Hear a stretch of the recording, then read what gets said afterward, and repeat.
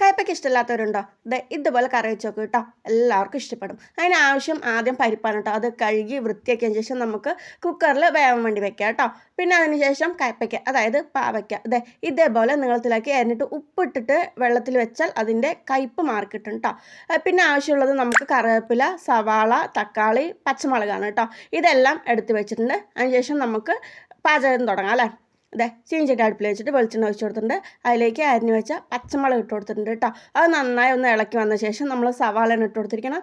അതും നന്നായി മിക്സ് ചെയ്യുക. പിന്നെ കറിവേപ്പിലയാണ് കേട്ടോ വേണ്ടത്. അതിനുശേഷം തക്കാളി ഇട്ട് കൊടുക്കുക കേട്ടോ. ഇത് നന്നായി ഇളക്കി നല്ല വഴറ്റി വരണം കേട്ടോ. അതിലോട്ടാണ് നമ്മൾ കഴുകി വൃത്തിയാക്കി വെച്ച പാവയ്ക്ക ഇട്ട് കൊടുക്കാൻ പോണത്. അതിനുശേഷം നന്നായി മിക്സ് ചെയ്ത് വരാം കേട്ടോ. പിന്നെ നമുക്കിത് വേവാൻ വേണ്ടിയിട്ട് മൂടി വെക്കണം. സിമ്മിൽ തന്നെ വെക്കാവുന്നതേ ഉള്ളൂ. അപ്പോഴേക്കും നമുക്ക് അരപ്പ് റെഡിയാക്കാം കേട്ടോ. മഴയായതുകൊണ്ട് എപ്പോഴാണ് കറണ്ട് പോകുമെന്ന് പറയാൻ പറ്റില്ല കേട്ടോ. അപ്പോൾ വേഗം അരപ്പ് റെഡിയാക്കി വെക്കാൻ പോകണം കേട്ടോ. അപ്പോൾ അതിനാവശ്യമുള്ളത് തേങ്ങ, സവാള, ജീരകം. അപ്പോൾ ഇത് മൂന്നും കൂടിയിട്ടുള്ള അരപ്പ് റെഡിയാക്കി വെച്ചിട്ടുണ്ട് കേട്ടോ. അപ്പോഴേക്കും നമ്മുടെ കറി നോക്കാം. അത് ഏകദേശം വഴന്ന് വന്നിട്ടുണ്ട് കേട്ടോ. ആദ്യം മുളകുപൊടി ഇട്ട് കൊടുത്തത്. മുളകുപൊടിൻ്റെ ഇരട്ടി മല്ലിപ്പൊടി ഇടണം കേട്ടോ. ഞാൻ ഇവിടെ 1 സ്പൂൺ മുളകുപൊടി ഇട്ടുകൊണ്ട് 2 സ്പൂൺ മല്ലിപ്പൊടിയാണ് ഇട്ട് കൊടുത്തിരിക്കണം. നന്നായി മിക്സ് ചെയ്ത് തരാം കേട്ടോ.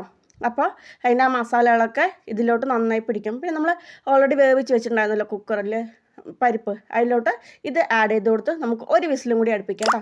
അപ്പോൾ നമ്മുടെ കറി ഒക്കെ വെന്ത് സെറ്റായി വന്നിട്ടുണ്ട് കേട്ടോ. പിന്നെ നമുക്ക് ആവശ്യം കുറച്ച് പുളിയാണ്. അപ്പോൾ അതിലോട്ട് പുളിവെള്ളമാണ് ആഡ് ചെയ്ത് കൊടുക്കാൻ പോകുന്നത് കേട്ടോ.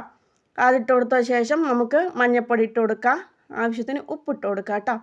അത്യാവശ്യം പുളിപ്പും കയ്പ്പും ഉള്ളതാണ്. അപ്പോൾ ഉപ്പ് നോക്കിയിട്ട് ഏകദേശം എങ്ങനെ വേണ്ടതെന്നുള്ള രീതിക്ക് എടുത്തതിന് ശേഷം നമുക്ക് അരച്ച് വെച്ച തേങ്ങ ഇട്ട് കൊടുക്കുക. ഇത്രയേ ഉള്ളൂ. കറി തിളച്ചു, നമ്മുടെ കയ്പ്പയ്ക്ക കറി റെഡി. ഇനിയിപ്പോൾ നമുക്ക് താളിക്കേ വേണ്ടുള്ളൂ. കടുകും ഉലുവയും കറിവേപ്പിലൊക്കെ ഇട്ട് കറി താളിച്ചെടുത്തിട്ടുണ്ട് കേട്ടോ. അടിപൊളി കയ്പ്പയ്ക്ക കറിയാണ്.